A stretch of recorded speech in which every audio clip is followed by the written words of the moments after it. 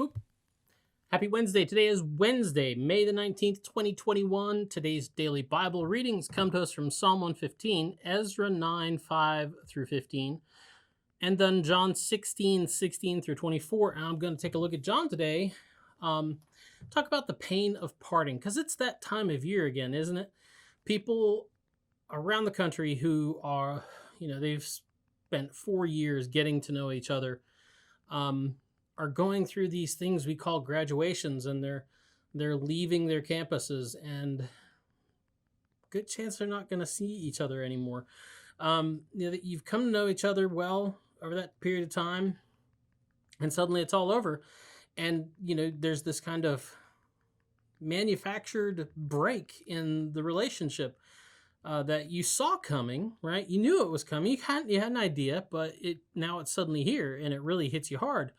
And you say things to each other like, we'll keep in touch, or I'll see you again.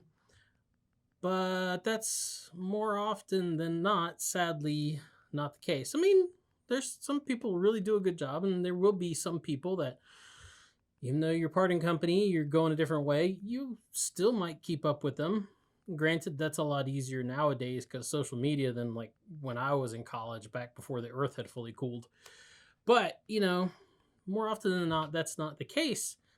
And it hurts. It really hurts. It hurts to part ways. It hurts to get to that point, even though you may have seen it coming and suddenly realize, oh my gosh, it's here and this is really coming to an end.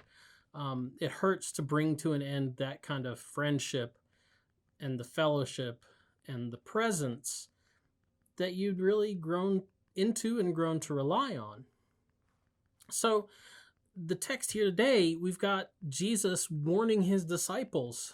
And really, in a way, it's something that they should have seen coming. It's not like he held it a secret from them, but he's really explained to this is for real. This is happening.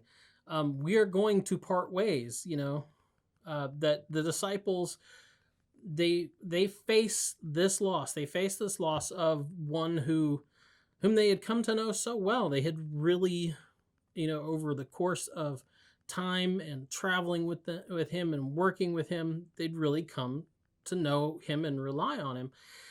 And he says, the time is coming when I'll be gone and you will have pain. And he's not understating that. The pain of his loss was more than just, like we'd say, palpable. And he was being honest with him. He's being truthful. I will be taken from you and you will have pain. But he says what all people say when they're going their separate ways. He said, but I will see you again. And then he says this, and your heart will rejoice. And it will be an eternal kind of rejoicing that no one and nothing can ever take away from you. And that's a different promise than we make to each other when we part ways.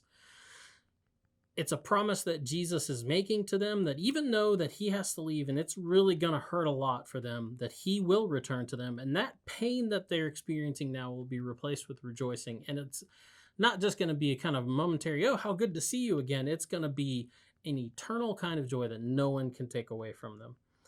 Because that joy, that sense of joy, is rooted in him.